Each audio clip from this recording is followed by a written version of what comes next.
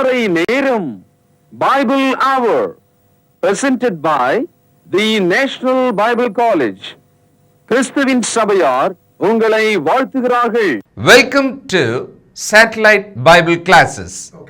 வணக்கம் மாணவ செல்வங்களே, கர்த்தருடைய வார்த்தை படிப்பதற்காக ஆவலோடு காத்திருக்கிற இளைய தலைமுறையே, கண்மணிகளே, தோழர்களே, நான் என்னுடைய அறிக்கையில் இளைஞர்களே என்று சொல்லும்போது முதியவர்களே நான் அப்படி தான் பார்க்குறேன். காரணம் என்னென்னா, தேவனுடைய வசனத்தை படிப்பதற்கு ஒரு வயது கிடையாது. நாம் உயிரோடு இருக்கிற காலமெல்லாம் தேவனுடைய வார்த்தையை படிக்கணும். இன்றைக்கி வேத வசனத்தை படித்து கீழ்ப்படிந்து நாளையே நாம் இறப்பதாக இருந்தால் கூட அது நல்லது தான். ரட்சிக்கப்படாத ஒரு மனிதனாக நரகத்துக்கு செல்வதை விட தேவ வசனத்துக்கு கீழ்ப்படிந்து ரட்சிக்கப்பட்டவர்களாக பரலோகத்துக்கு செல்வது நம்முடைய லட்சியமாக இருக்க வேண்டும். கணித்துக்குரிய தோழர்களே, மாணவர்களே, இந்த வான்வழி வகுப்பில், அதாவது இந்த ஆன்லைன் வகுப்பில், இந்த நாட்களில் ஒரு தொடராக உவமைகள் என்ற தலைப்பில் நம்ம படிக்கிறோம். அதாவது பேரபிள்ஸ். இது புதிய ஏற்பாட்டுக்கே உரிய ஒரு கருத்தாக்கம். ஏனென்றால் இயேசு கிறிஸ்து போதிக்கும் போது பரலோகத்தினுடைய ரகசியங்களை மனிதர்களுக்கு ஒரு சிறு கதைகளில் சொல்கிறார். அதை தான் உவமை என்று நாம் சொல்கிறோம். Heavenly truth told in the earthly matters are stories.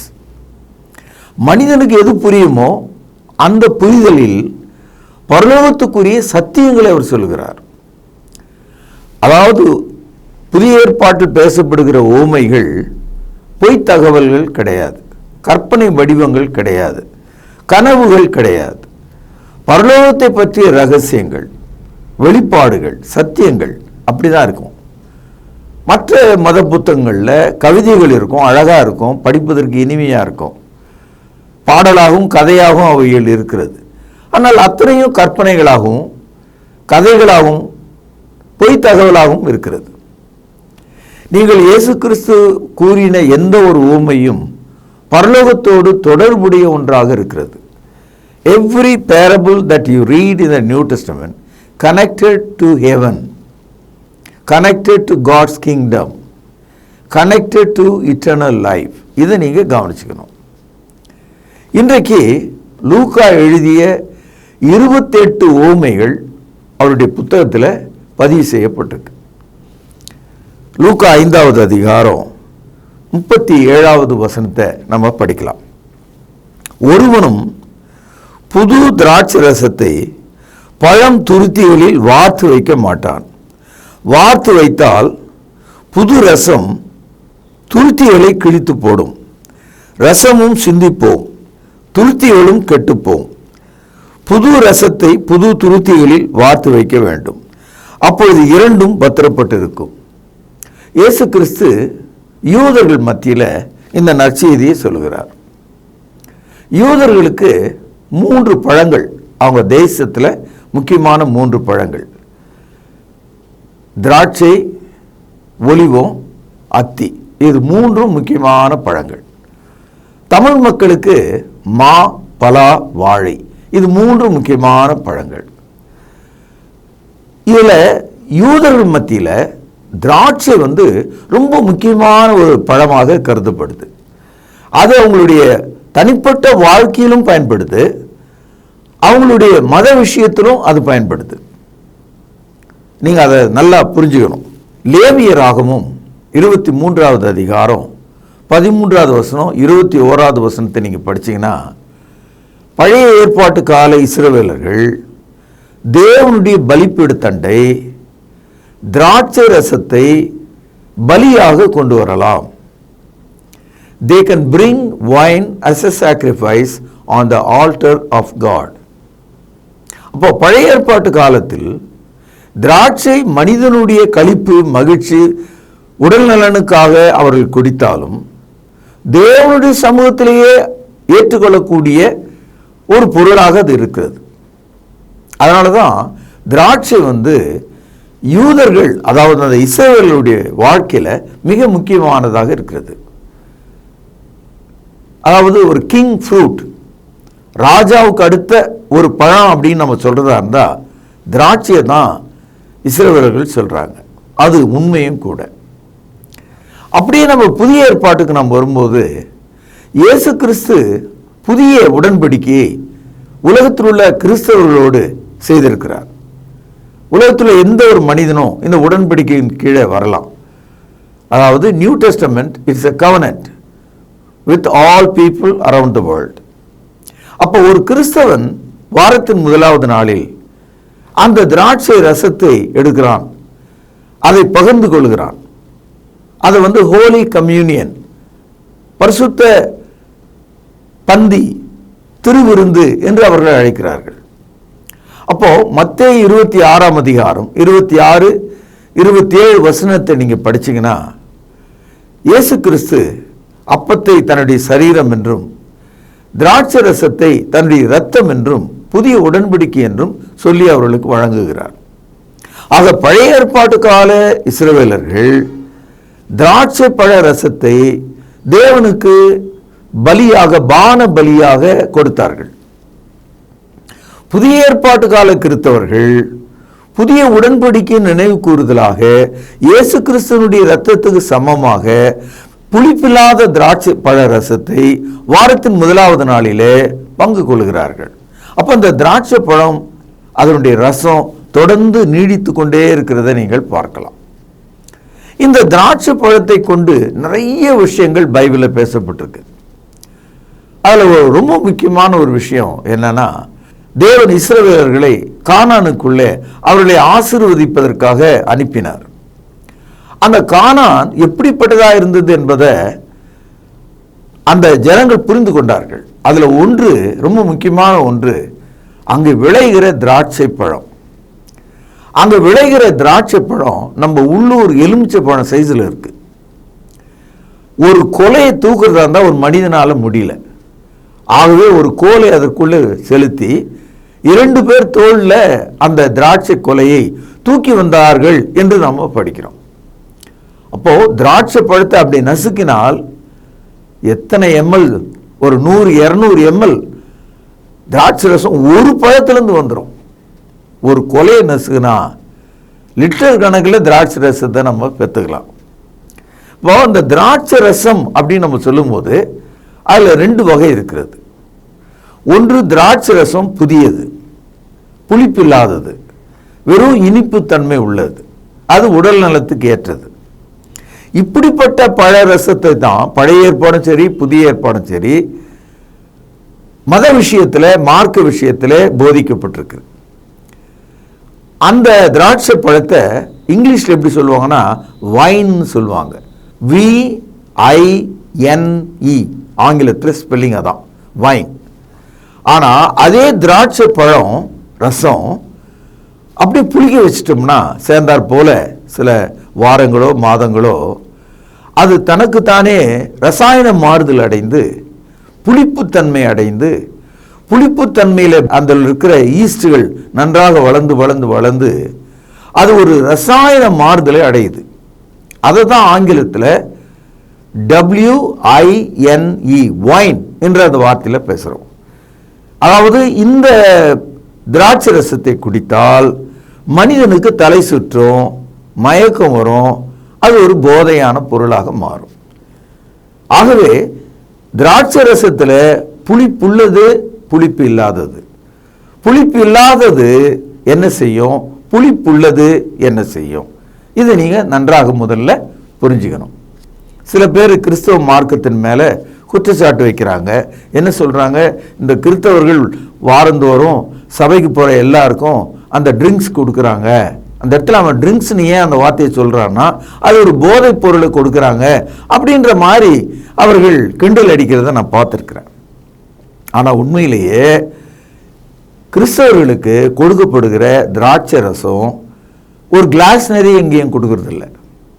ஒரு சிறிய அரை ஸ்பூன் அளவுக்கு கொஞ்சமாக புளிப்பில்லாத புதிய ரசம் இயேசு சிந்திய இரத்தத்தின் நினைவாக அந்த உடன்படிக்கையை கை கொள்ளும்படி பரிசுத்தமாக அது கொடுக்கப்படுகிறது.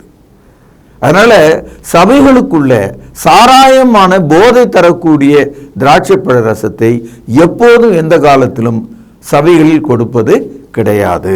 எரேமியா 13வது அதிகாரம் 12வது வசனம். எரேமியா 13:12. சகல ஜாடிகளும் திராட்சை ரசத்தினாலே நிரப்பப்படும் என்று இஸ்ரவேலின் தேவனாகிய கர்த்தர் உரைக்கிறார் என்கிற வார்த்தை அவர்களோடு சொல். அவர்கள் சகல ஜாடிகளும் திராட்சை ரசத்தினாலே நிரப்பப்படுவது எங்களுக்கு தெரியாதா என்று உன்னோடே சொல்லுவார்கள். அதாவது இது ஒரு தீர்க்க தரிசனம். யோவான் 2ஆம் அதிகாரம் முதல் 11 வசனங்களை நீங்க படிச்சீங்கன்னா, இயேசு செய்த முதல் அற்புதம் அந்த கல்யாண வீட்டுக்கு வெளியே இருந்த கற்சாடிகளில் சாதாரண தண்ணீரை நிரப்ப செய்து அதை திராட்சரசமாக மாற்றி கல்யாணத்துக்கு வந்த அத்தனை பேருக்கும் மகிழ்ச்சி தரத்தக்கதாக அதை கொடுத்த ஒரு அற்புதத்தை குறித்து நாம் படிக்கிறோம். Jesus performed the very first miracle upon the water turned into wine. இதுதான் நம்ம படிக்கிற முதல் செய்தி. அதனால தான் எரேமியா சொல்றாரு, எல்லா ஜாடிகளும் திராட்சை ரசத்தினால் நிரப்பப்படும். இயேசு செய்த முதல் அற்புதம் திராட்சை பழ ரசம்தான். ஏசாயா 25வது அதிகாரம் 6வது வசனம். சேனைகளின் கர்த்தர் இந்த மலையில சகல ஜனங்களுக்கும் ஒரு விருந்தை ஆயத்தப்படுத்துவார். ஒரு மலையில விருந்தை ஆயத்தப்படுத்துவார். God will prepare a feast on the mountain. நல்லா விளங்கிக்கிங்க, கவனிச்சு வச்சுக்கோங்க. அது கொழுமையான பதார்த்தங்களும் பழமையுமான திராட்சரசமும் ஊனும் நினமுள்ள பதார்த்தங்களும் தெளிந்த பழமையான திராட்சை ரசமும் நிறைந்த விருந்தாக இருக்கும். அது மாத்திரம் இல்ல, சகல ஜனங்கள் மேல் உள்ள முக்காட்டையும் சகல ஜாதிகளையும் மூடியிருக்கிற மூடலையும் இந்த மலையிலே அகற்றி போடுவார். இது ஒரு முக்கியமான தீர்க்க தரிசனம். அதாவது ஒரு விருந்து என்று சொல்லப்பட்டிருக்கு. அந்த விருந்து மனிதனுக்கு ஆசீர்வாதமாக இருக்கும். அவனுடைய அக்கிரமங்களை தேவன் மன்னித்து விடுவார். இந்த அக்கிரமங்களை மன்னிக்கிற தேவன் யூதர்களுக்கு மட்டுமல்ல, எல்லா மக்களுக்கும், உலகத்திற்கு எல்லாருக்கும். இதெல்லாம் நீங்க பின்புறமாக வைத்து சிலுவையை கவனியுங்கள்.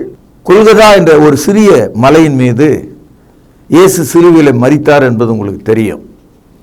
அவர் அந்த சிலுவையில் மரித்த போது அவருடைய உடலில் 5 பெரிய காயங்கள், அவருடைய உடல் கிழிக்கப்பட்டது, அவருடைய உடலிருந்து மொத்த இரத்தமும் எல்லாம் முற்றிலும் வெளியேறியது. அப்போ அந்த சிலுவை 2 விஷயங்களை நமக்கு ஞாபகப்படுத்துது. ஒன்று அவருடைய சரீரம், 2 அவருடைய இரத்தம். இது அந்த மலையிலே தேவனால் செய்யப்பட்ட ஒரு விருந்து. இந்த விருந்து ஊன் என்று சொன்னால் தமிழ்ல மாமிசம் என்று பொருள். பாருங்கள், 25வது அதிகாரம் 6வது வசனத்தில் பழமையான திராட்சரசமும் ஊனும் நினமும் உள்ள பதார்த்தங்களும் தெளிந்த பழமையான திராட்சரசமும் நிறைந்த விருந்தாக இருக்கும். இட்ஸ் a great feast என்று சொல்கிறார். இது எப்பொழுது நடந்தது? மனிதர்கள் இருதயத்தின் மீது போடப்பட்டிருந்த பாவமாகிய முக்காடு எப்பொழுது நீக்கப்பட்டது? எங்கே நீக்கப்பட்டது? எங்கே தேவன் நம்முடைய பாவங்களை மன்னிக்கிறார்? பாவங்களை மன்னிப்பதற்கான பிராயசித்தமாக தேவன் கொடுத்த விருந்திலே அந்த பாவியாகிய அந்த மனிதனுக்கு தேவன் என்னத்தை கொடுக்கிறார்? அவருடைய குமாரனுடைய சரீரத்தை, அவருடைய இரத்தத்தை உடன்படிக்கையாக கொடுக்கிறார். God gives his son's body and shed blood as a great feast on that top of the mountain for all the people around the world. இதான் நடந்தது. இதுவும் ஒரு தீர்க்க தரிசனமாக இருக்கிறதை நீங்கள் பார்க்கலாம். இது நிறைய வசனம் இருக்கு, அதை எடுத்து காண்பிக்க எனக்கு நேரம் இல்லை. ஆனால் இப்பொழுது இயேசு கிறிஸ்து பேசிக்கொண்டிருக்கிற இந்த ஓமைக்கு நம்ம திரும்புவோம். லூக்கா 5வது அதிகாரம் 37வது வசனம். ஏற்கனவே உங்களுக்கு தெரியும், ஓமைன்னு சொன்னாவே பரலோகத்துக்குரிய சத்தியம் பூலோகத்துக்குரிய கதையிலே சொல்லப்படுவது. Heavenly truth explained on the earthly matters. நல்லா கவனிங்க. ஒருவனும் அந்த இடத்துல மனிதன் அது குறிக்கிறது. புது ரசத்தை பழைய துருத்திகளில் வார்த்து வைக்க மாட்டான். துருத்தி அப்படின்னா என்னதுன்னு இப்போ இருக்கவங்களுக்கு தெரியாது. நமக்கு தெரிஞ்சதெல்லாம் ஜாடி, பானை, சட்டி, பாத்திரங்கள், இதெல்லாம் நமக்கு தெரியும். துருத்தி என்பது என்ன? துருத்தி என்பது ஒரு ஆடு அதனுடைய தோலை உரித்தால் கழுத்து பகுதியை வாயாகவும் மீதி உடல் பகுதி முழுவதையும் அப்படி சேர்த்து வட்டமாக தச்சிருவாங்க. ஏறக்குறைய இப்போ தமிழில் ஆடுன்னு நம்ம எழுதணும்னா எந்த ஷேப்பில் இருக்குமோ அந்த ஷேப்பில் அந்த துருத்தியை தச்சிருவாங்க. இப்போ வாய்ப்பகுதி வழியாக அதில் திராட்சை ரசத்தை ஊற்றி அதுக்குள்ளே அவர்கள் வைத்துக்கொள்வது வழக்கம். நீங்கள் நினைக்கிற மாதிரி பச்சை தோல் அதெல்லாம் செய்யறதில்ல. அந்த தோலை பாடம் பண்ணி நல்லா பக்குவப்படுத்தி உள்ள ஷைனாக்கி அதை நன்றாக தைத்து அதில் இருக்கிற எந்த ஒரு சிறு துளி கூட வெளியே வராத அளவுக்கு அது காய்ந்து இறுகிவிடும். அப்போ ஏறக்குறைய ஒரு ஃப்ளெக்சிபிள் பாட், அதாவது ஒரு வளைந்து நெளியக்கூடிய ஒரு பாத்திரமாகத்தான் இருக்கும். ஆகவே துருத்தி என்பது தோலால் ஆனது. அந்த தோல் மேலே இருக்கிற வாயை இறுக கட்டிடுவாங்க. இப்போ புது ரசத்தை புது துருத்தியில் ஊற்றி வைத்தா இந்த ரசம் இருக்குது பாருங்க, கொஞ்சம் கொஞ்சமாக அது கெமிக்கல் சேஞ்ச், ரசாயன மாறுதல் அடையும். அந்த சூட்டில் வெளியே இருக்கிற சூட்டால் உள்ளே இருக்கிற ரசம், அந்த ஈஸ்ட் உள்ளே இருக்கிறவைகள், அந்த புளிப்பு தன்மை உப்ப ஆரம்பிக்கும். இப்போ உதாரணமாக 1 லிட்டர் ஊற்றினோம்னா 1.5 லிட்டர் ஆகிடும். இப்போ அது மாதிரி அப்போ அந்த துருத்திக்குள்ளே இருக்கிற புது ரசம் இப்போ 2 லிட்டர் இருக்குதுன்னு வைங்க, அது 4 லிட்டர் ஆகிடும். இப்போ 4 லிட்டர் ஆகும்போது அந்த துருத்தி வந்து பலூன் மாதிரி பெருசாக வேண்டி வரும். எவ்வளோதான் பெருசாக முடியும்? ஒரு கண்டிஷன் வரும்போது ரொம்ப பெருசாகிடும். அதுக்குள்ளே அவங்க எடுத்து அதை பயன்படுத்திடுவாங்க.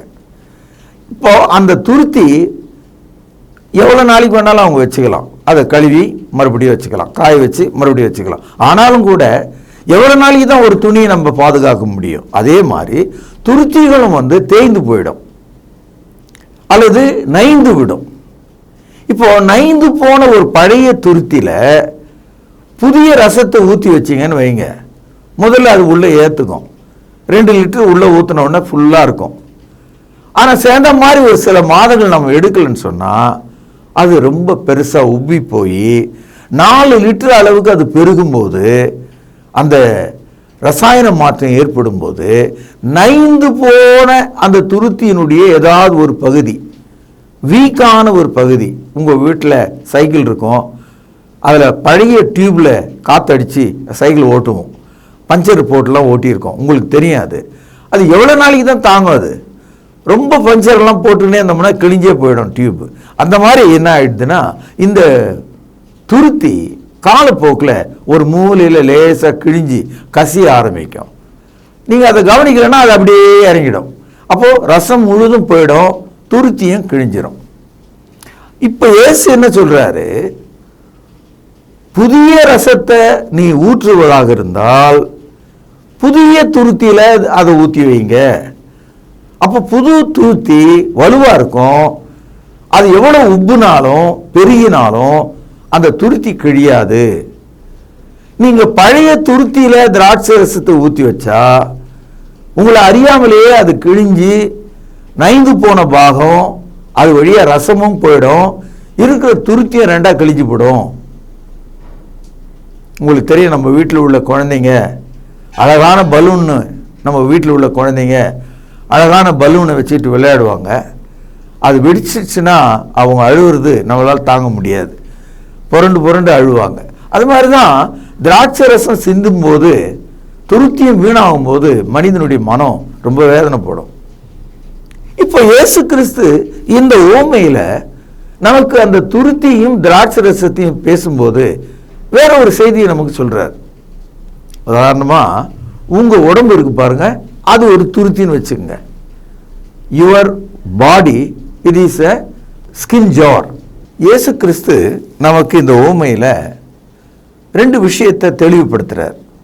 புதிய ரசத்தை புதிய துருத்திகளில் ஊற்றி வைக்க வேண்டும், அதை தான் வார்த்து வைக்க வேண்டும்னு பழைய தமிழில் எழுதியிருக்கு. அதே போல பழைய துருத்தி ஆபத்துக்குரியதா இருக்குது, அதை நம்ம விட்டுறணும், புது துருத்தியை நாடணும். இப்போ இதுல ஆவிக்குரிய சத்தியம் என்ன நமக்கு புரியுது. புதிய துருத்தியில புதிய ரசத்தை ஊற்றணும், பழைய துருத்தி புதிய ரசத்தால அது அழிந்து போவதற்கு வாய்ப்பு இருக்கிறது. ஆகவே என்ன சொல்ல வர்றாருன்னா, பழைய ஏற்பாட்டை ஏற்றுக்கொண்டிருக்கிற மக்கள் ஒரு பழைய துருத்திக்கு சமமா இருக்காங்க.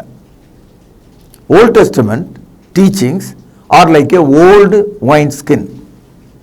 அதில் கொண்டு போய் நியூ டெஸ்டமெண்ட் டீச்சிங்கை, புதிய ஏற்பாட்டு போதனையை அந்த பழைய துருத்தியில் வச்சோம்னா இப்போ என்ன ஆயிடுது, துருத்தியும் கிழிஞ்சுது, ரசமும் சிந்தி போச்சு, ரெண்டும் லாஸ் ஆச்சு. அப்போ புதிய ஏற்பாட்டை எடுத்து படிக்கிற நீங்களும் நானும் இந்த புதிய தர்மத்தை, இந்த சத்தியத்தை நம்ம விளங்கி கொள்ள வேண்டும்.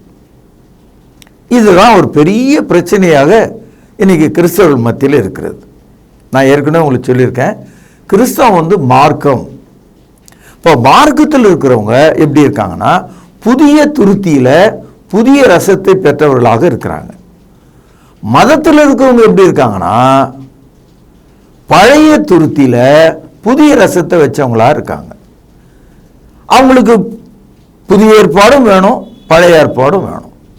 ரெண்டையும் கலக்கிறதுனால என்ன நடந்தது, இப்போ அந்த துருத்தி அவங்களுக்கு கிழிந்து போய்விட்டது, சத்தியம் அவங்களுக்கு பிரயோஜனம் இல்லாமல் போனது, ரசமும் சிந்தி போனது. இப்போ உங்களுக்கு விளங்குச்சுங்களா? இப்பொழுது 2 வசனங்கள் எடுத்து காண்பிக்கிற. அப்போஸ்தலர் நடபடிகள் 15வது அதிகாரம் 10வது வசனம். இந்த பழைய ஏற்பாடு, அந்த பழைய துருத்தி எப்படி இருக்குதுன்னு பாருங்க. இப்படி இருக்க நம்முடைய பிதாக்களாலும் நம்மாலும் சுமக்க கூடாதிருந்த நுகத்தடியை சீசர் கழுத்தின் மேல் சுமத்துவதனால் நீங்கள் தேவனை சோதிப்பானேன். நுகத்தடினா மாட்டை அடக்கிறதுக்காக கழுத்து மேலே போடுற ஒரு மரத்துண்டு. அந்த மாதிரி பழைய ஏற்பாடு அடிமைதனத்துக்குள்ளாக மனிதர்களை மாற்றுகிறதாம். இந்த அடிமைதன போதத்தை சகோதரர்களாகிய கிறிஸ்தவர்கள் மேல் ஏன் சுமத்துகிறீர்கள்? ரோமருக்கு எழுதிய நிருபம் 10வது அதிகாரம் 4வது வசனம் பாருங்கள். விசுவாசிக்கிற எவனுக்கும் நீதி உண்டாகும்படியாக கிறிஸ்து நியாயப்பிரமாணத்தின் முடிவாயிருக்கிறார். சிலுவைக்கு முந்திய பாகம் பழைய ஏற்பாடு, சிலுவைக்கு பிந்திய பாகம் புதிய ஏற்பாடு. ஆக புதிய ஏற்பாடாக இந்த ரசத்தை பழைய ஏற்பாடு என்று வர்ணிக்கப்படுகிற அந்த பழைய துருத்தியில கொண்டு போய் ஊத்துனீங்கன்னா ரெண்டும் கிழிஞ்சு போடும், ரெண்டும் வேஸ்ட் ஆயிடும் சொல்றார். ஆக புதிய துருத்தியில புதிய ரசத்தை வார்த்து வைக்க வேண்டும். அதனால்தான் 2 கொரிந்தியர் 5வது அதிகாரம் 17வது வசனம். இப்படி இருக்க ஒருவன் கிறிஸ்துவுக்குள் இருந்தால் புதிய சிருஷ்டியா இருக்கிறான், பழையவைகள் ஒழிந்து போயின, எல்லாம் புதிதாயிற்று.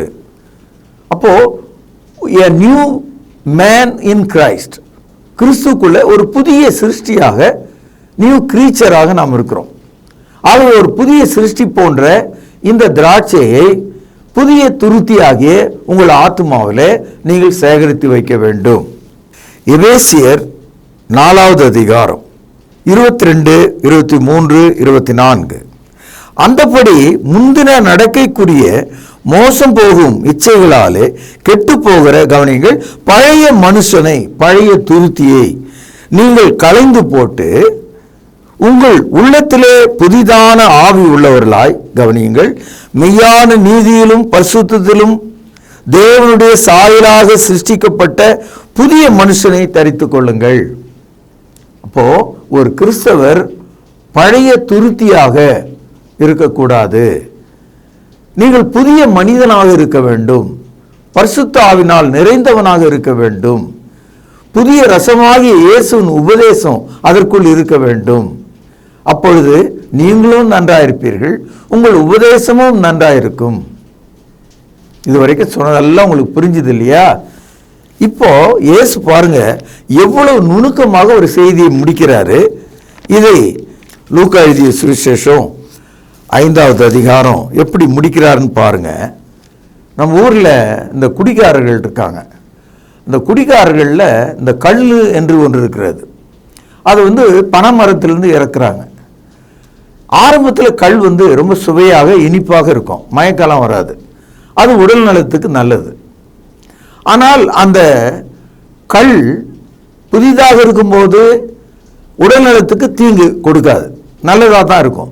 ஆனால் அதில் சில ரசாயனங்களை சேர்த்து அதை புளிக்க வைத்து விட்டு பிறகு அதை எடுத்து குடித்தால் பயங்கரமான போதையும் மயக்கமும் ஏற்படும்.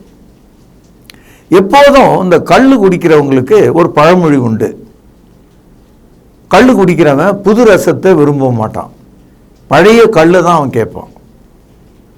நம்ம ஊர்ல எல்லாம் தெருக்களில் பதநீர்னு விற்பாங்க.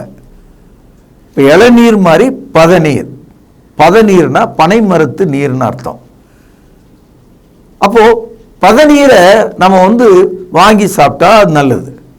ஆனால் அதே பதநீரை பக்குவப்படுத்தும் போது, குடிக்க செய்யும் போது அது கல்லாக மாறுகிறது. இந்த இடத்துல கல் என்ற சொல் ஏன் அங்கே வந்ததுன்னா, பாவம் என்ற சொல்லை குறிப்பதற்காக. அதாவது the sweetest drink become poisonous drink. ஆகவே அது கல்லாக விஷமாக மாறுகிறது. அதனால தான் கல் உண்ணாமை என்றெல்லாம் நம்ம இலக்கியத்தில் படிக்கிறோம். இங்கே இயேசு என்ன சொல்றாரு, மனிதர்களை பார்த்து ஒரு செய்தி சொல்றார். அன்றைக்கு இருந்த யூதர்கள் இயேசு ஏற்றுக்கொள்ளவில்லை, அவருடைய போதனையை ஏற்றுக்கொள்ளவில்லை. ஸ்தேவானை ஏன் கொன்றாங்க? இயேசு கிறிஸ்துவுடைய போதனையை அந்த யூதர்கள் ஏற்றுக்கொள்ளல, அதனால தான் அவரை கொன்னாங்க. பவுலை ஏன் கல்லால் அடிச்சாங்க எபேசு பட்டணத்தில்? ஏனென்றால் அவர் புதிய ஏற்பாட்டை எடுத்து போதித்தார். பழைய ஏற்பாட்டுக்காரர்கள் அவரை கல்லால் அடித்தார்கள். அது மாதிரி இந்த பழைய ஏற்பாட்டை பின்பற்றுறவங்க இன்னைக்கும் பார்த்தீங்கன்னா கிறிஸ்தவத்தில் மதத்தில் முக்கியமாக பழைய ஏற்பாட்டை பின்பற்றுறவங்க கத்தோலிக்கர்கள், புராட்டஸ்டன்ட் மக்கள், பெந்தேகோஸ்தே மக்கள். இதில் ரொம்ப அதிகமாக பழைய ஏற்பாட்டை தேடி பிடிக்கிறவங்க பெந்தேகோஸ்தே மக்களாக தான் இருக்கிறாங்க. அவங்க எப்போதும் பழைய ஏற்பாட்டு காரியங்களில் மனம் வைத்திருக்கிறாங்க. அவங்களுக்கு அதான் பிடிக்கும், அதில் இருக்கிற வசனங்கள் தான் பிடிக்கும். புதிய ஏற்பாட்டை எடுத்து அதன்படி நடப்பது என்பது அவர்களுக்கு வராத ஒரு காரியம். நான் சொல்வது வருத்தமாக இருக்கும், ஆனால் அதான் உண்மை. ஆகவே அவர்கள் என்ன செய்கிறார்கள்னா, இந்த பழைய குடிகாரங்கிட்ட புதிய திராட்சை ரசத்தை கொடுத்தா வேணான்னு சொல்லுவான். அதே மாதிரி தான் இந்த புதிய ஏற்பாட்டு சத்தியத்தை நம்ம எடுத்து சொன்னால் அவங்களுக்கு அது பிடிக்காது. எங்களுக்கு பழைய ஏற்பாட்டு சத்தியம் தான் வேணும். புதிய ஏற்பாட்டில் காணிக்கை இப்படி இருக்குதே அப்படின்னா பழைய ஏற்பாட்டில் தசம பாகத்தை பற்றி பேசுவாங்க. புதிய ஏற்பாடு சகோதரர் என்று அழைக்கிறதே என்று சொன்னால் அவங்க பழைய ஏற்பாட்டு ஆசாரித்துவத்தை போதிப்பாங்க. புதிய ஏற்பாட்டில் நாம் அனைவரும் ஒன்றாக இருக்கிறோம் என்று போதித்தா இல்லை அதில் லெவல்லாம் இருக்குது அப்படின்னு சொல்லி அவங்க மதத்தில் கிளர்ஜி, லைட்டி என்று அவங்க பிரிவினைகளை போதிக்கிறாங்க. கிளர்ஜின்னு சொன்னால் அவர்கள் ஆசாரியர்களை போன்றவர்கள், லைட்டின்னு சொன்னால் சாதாரண விசுவாசிகள். ஆனால் புதிய ஏற்பாடு நாம் அனைவரும் ஒன்றாக இருக்கிறோம் என்று தான் போதிக்குது. there is no clergy, no laity in the New Testament. ஆனால் பழைய ஏற்பாட்டில் அந்த லைட்டி கிளர்ஜி கான்செப்ட் இருக்கிறது. அதை இந்நாள் வரைக்கும் அவங்க பின்பற்றுவதை நீங்கள் பார்க்கலாம். இப்போது ஒரு கன்க்ளூஷனாக இந்த கடைசி வசனத்தை பாருங்கள். லூக்கா 5ஆம் அதிகாரம் 39வது வசனம் கவனிங்கள். அன்றியும் ஒருவனும் பழைய ரசத்தை குடித்தவுடனே புது ரசத்தை விரும்ப மாட்டான், பழைய ரசமே நல்லது என்று சொல்லுவான் என்றார். நான் சொல்ல இதை இயேசு கிறிஸ்து சொல்றார். அதாவது பழைய துருத்தியில புதிய ரசத்தை ஊற்றி வைக்க வேண்டாம் என்று சொன்னாரு. அவர் தான் சொல்றாரு, பழைய ரசத்தை குடித்தவன் புது ரசத்தை என்ன செய்ய மாட்டானா, விரும்ப மாட்டான், பழைய ரசமே நல்லது என்று சொல்லுவான். இதை தான் யூதர்கள் இந்நாள் வரைக்கும் சொல்றாங்க. இயேசுவை சிலுவையில் அறைந்த அதே யூதர்கள், இன்றைய வரைக்கும் இருக்கிற யூதர்கள் இயேசுவை தேவனுடைய குமாரன் என்றோ அவர்தான் இரட்சகர் என்றோ இன்னைய வரைக்கும் அவங்க ஏத்துக்கல. அந்த தேசம் இன்னும் பழைய ஏற்பாட்டுப்படி தான் நடந்து கொண்டிருக்கிறது. ஆகவே மாணவ செல்வங்களே, இந்த நாளில் நம்ம படித்த இந்த கருத்தாக்கம், இந்த செய்தி ரொம்ப ஆழமாகவும் நீங்கள் அதை கவனிக்கத்தக்கதாகவும் புரிந்து கொள்ளத்தக்கதாகவும் உங்களை நான் கேட்டுக்கொள்கிறேன். பிரார்த்தனை செய்வோம். மகா பரிசுத்த நிறைந்த அன்பான தகப்பனே, இயேசு கிறிஸ்து பரலோகத்துக்குரிய சத்தியத்தை பூமிக்குரிய ஒரு சிறிய ஓமையாக எங்களுக்கு சொல்லியிருக்கிறார். பழைய ஏற்பாடு பழைய துருத்தியை போல் இருக்கிறது, புதிய ஏற்பாடு புதிய துருத்தியை போல் இருக்கிறது. பழைய ஏற்பாடு பழைய ரசத்தை போல் இருக்கிறது, புதிய ஏற்பாடு புதிய ரசத்தை போல் இருக்கிறது. புதிய ரசத்தை புதிய துருத்தியிலே ஊற்றி வைப்பது போல எங்கள் ஆத்மாவிலே உமது வார்த்தைகளை வைத்து வைக்க எங்களுக்கு உதவி செய்தரலும். எங்களை ஆசீர்வதியும், ஞானமுள்ள இருதயத்தை எங்களுக்கு தாரும். ஆண்டவர் இயேசுவின் நாமத்திலே ஜெபத்தை கேட்டருளும். பரிசுத்த நிறைந்த எங்கள் நல்ல பிதாவே, ஆமென். தொடர்பு கொள்ள வேண்டிய முகவரி: திருமறை நேரம், 58 சர்ச் தெரு, குமரன் நகர், சென்னை 6,82,000. செல்போன் 9385500882. கர்த்தாவே, தேவர்களில் உமக்குப்பானவர் யார்? வானத்திலும் பூமியிலும் உமக்குப்பானவர் யார்?